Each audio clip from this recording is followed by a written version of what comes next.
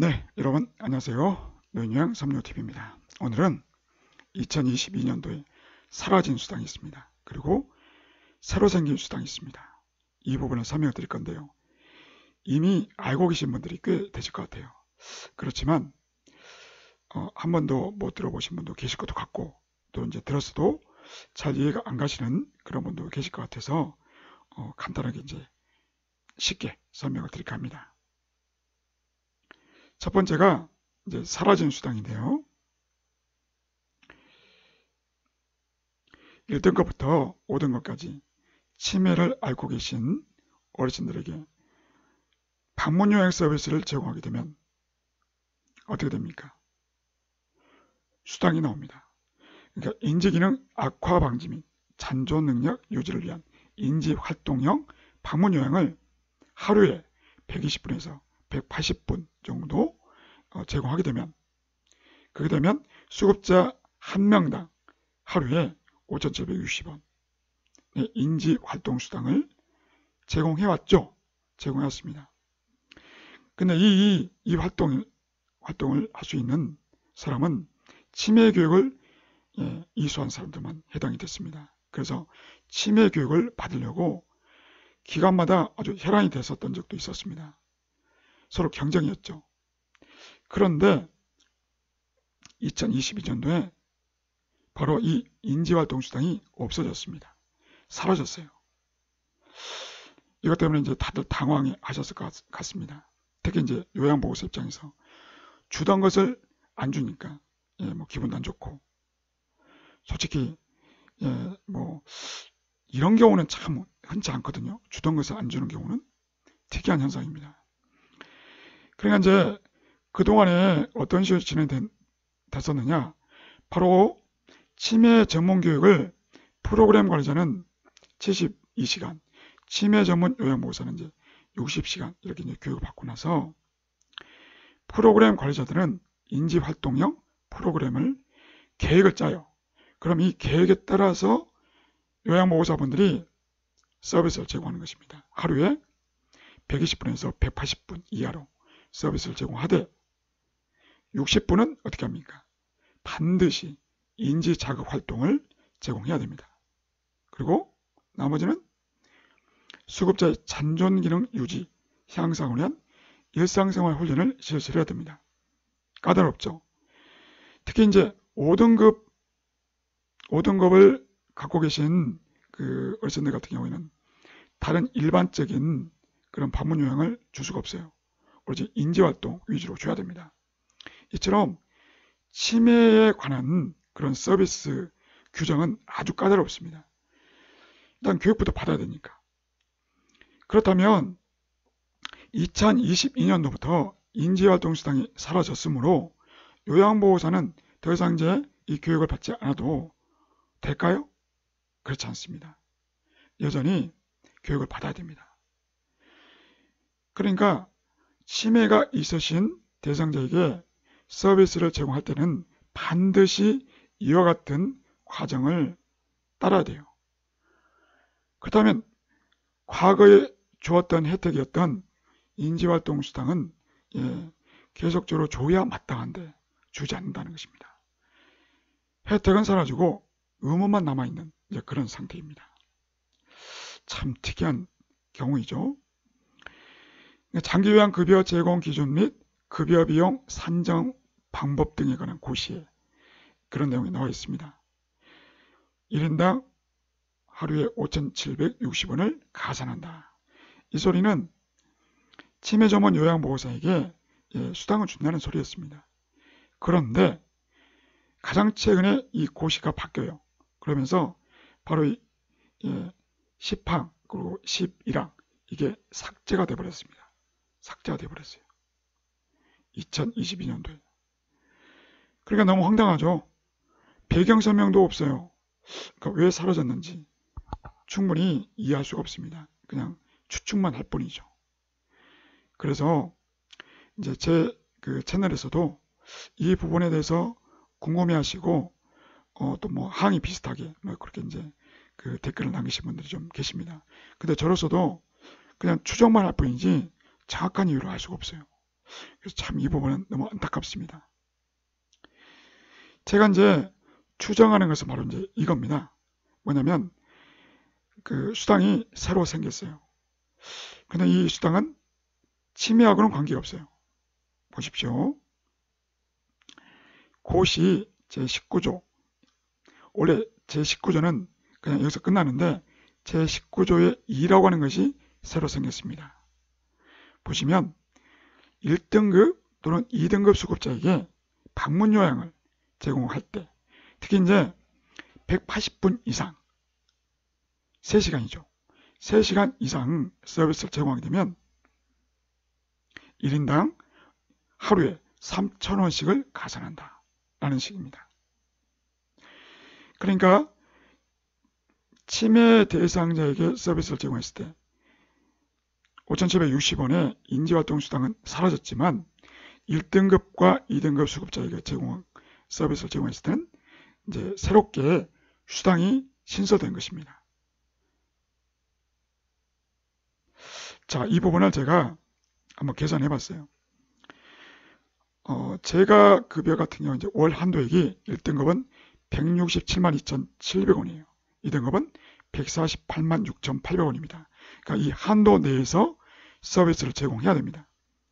그리고 180분 이상인 경우에 180분 이상 서비스를 제공했으면 서비스 단가가 54,000원, 210분 이상이면 56,170원, 240분 이상이면 61,950원이 됩니다. 그 다음에 이제 1등급 대상에게 서비스를 제공했을 때 추가 수당은 어느 정도 되는지 한번 보겠습니다. 계산해 봤더니 180분 이상을 제공했을 때 계산했더니 99,000원 정도가 나옵니다. 그러나 여기 보십시오. 한 달에 33회를 제공한다 라고 나와 있습니다. 한 달은 며칠이죠? 뭐 많아봐야 31일이지 않습니까? 보통은 이제 30일. 그러니까 33회는 현실적으로 불가능합니다. 그 다음에 이제 210분 이상을 제공했을 때는 87,000원. 그러니까 한 달에 29회. 29회를 제공하려면 일요일도 서비스를 해야 됩니다. 이건 역시도 현실성이 별로 없습니다. 자, 그 다음에 2등급 한번 봐볼까요? 2등급. 2등급을 대상으로 서비스를 하루에 180분 이상 제공했을 때 87,000원이 나옵니다. 87,000원이 나오는데 29회. 그리고 210분 이상을 제공했을 때는 78,000원이 나오는데 한 달에 26회가 나옵니다. 그리고 240분 이상을 서비스를 했을 때는 한 달에 72,000원의 수당이 생기죠. 한 달에 24회. 그러니까 현실적으로 가장 가능성이 있는 수당의 금액은 바로 이것입니다. 78,000원, 72,000원. 왜 그럴까요? 한 달에 서비스를 제공할 수 있는 횟수가 보통은 26회 또는 이제 24회 이 정도 될 겁니다. 즉 말해서 한 달에 월, 화, 수, 목, 금 서비스 제공하고 토요일도 서비스를 뭐 이제 2번 이상 제공했을 때가 바로 이제 이 수당이 되는 것이죠.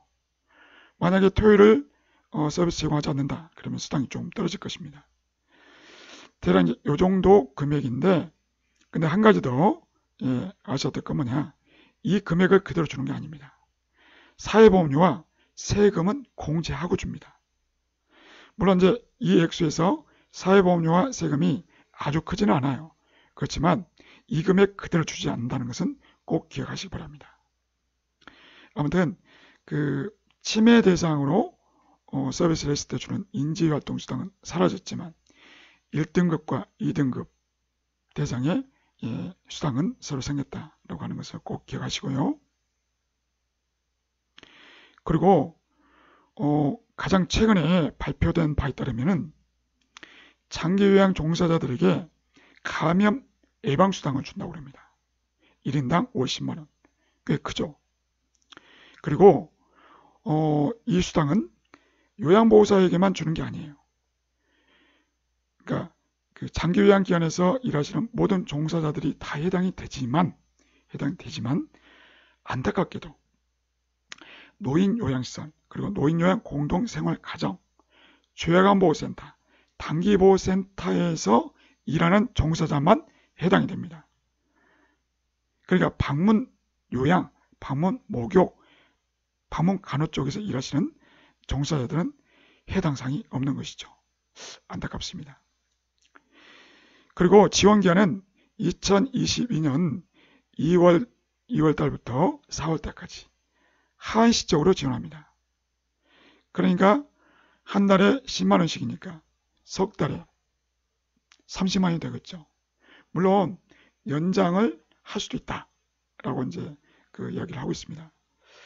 지금 이제 오미크론 때문에 아마도 뭐 아무도 예측을 할 수는 없지만 연장될 가능성도 배제할 수가 없습니다. 근데 이제 왜 이런 그 수당을 새로 신설했을까요? 뭐 다 아시다시피 요양시설이라든가 뭐 죄악안보 이런 쪽에서는 그 종사자들이 그 PCR 검사를 거의 매일 하지 않습니까? 뭐 보통은 이제 뭐 3회에서 4회, 그러니까 거의 매일이죠. 해보시면 아시겠지만 너무 아프고 너무 괴롭죠. 날마다 이제 그것을 해야 되니까. 그러니까 그런 것에 대한 이제 피로감이 있을 것이고, 그리고 또 이제 그 종사자들이 그전에는 하지 않았던 업무를 추가적으로 하는 것이지 않습니까? 그러니까 방역 활동을 추가적으로 하고 있잖아요. 그러니 추가적인 업무에 대한 무엇인가의 어떤 뭐 혜택을 주지 않고서는 안 되었던 이제 그런 상황이 되는 것입니다. 여기 나와 있는 것처럼 요양시설 근무자들이 방역 강화 과정에서 PCR 검사를 하고 있는 점 등을 고려했다. 아무튼 종사자들이 코로나 때문에 너무 피곤하고 힘듭니다. 근데 또 이제 그 정부 입장에서 봤을 때는 이제 요양시설, 또 이제 뭐 노인요양 공동생활가정, 죄악안보, 단기보호 이쪽에서 일하시는 종사자들의 그런 노력 때문에 여러모로 방역이 강화되고 여러모로 예방이 된 것은 맞지 않습니까? 그래서 이제 그런 것에 대한 일종의 보상 차원이 아니겠느냐, 이렇게 이제 생각을 해볼 수가 있습니다. 이 수당을 받으려면요, 매달 최소 근무 시간을 충족을 해야 됩니다. 이게 무슨 말이냐? 평상시에 9시에 출근하셔서 뭐 6시에 퇴근했다든지, 보통 여러분들이 이제 한 달에 아무리 못해도 160시간 이상씩은 아마 이제 근무를 해 오셨을 겁니다. 그러니까 평상시처럼만 근무하신다면 수당을 받는 데는 지장이 없어요. 그렇지만 이제 어떤 그 상황이 발생해서 뭐 하루에 이제 그 전체 시간의 반만 근무하신다든지 뭐 기타 등등 시간이 줄어들면 이 수당을 못 받을 수도 있습니다. 근데 보통은 이제 그 웬만하면 다 받지 않겠나, 그런 생각이 듭니다. 그리고 이제 기관 입장에서는 어떤 혜택이 있느냐? 바로 감염 관리료를 추가적으로 줍니다. 그러니까 시설 안에서 소독이라든가 이런 이제 감염 예방 활동, 살균을 하죠. 살균 소독하고 또 이제 뭐 매장 시설 입구에 손 소독제라든가 또는 뭐 그 QR 코드 등록하는 그런 뭐 이제 기기도 갖다 놓고 기타 등등. 아무튼 기관 입장에서, 시설 입장에서 신경 써야 될 게 이만저만이 아니죠.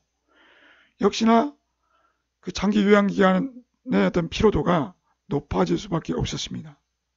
그리고 또 좀 전에 말씀드렸던 것처럼 정부 입장에서는 이 장기 요양 기간에 협조로 그 감염 예방이 상당히 좀 이제 진행된 것이죠.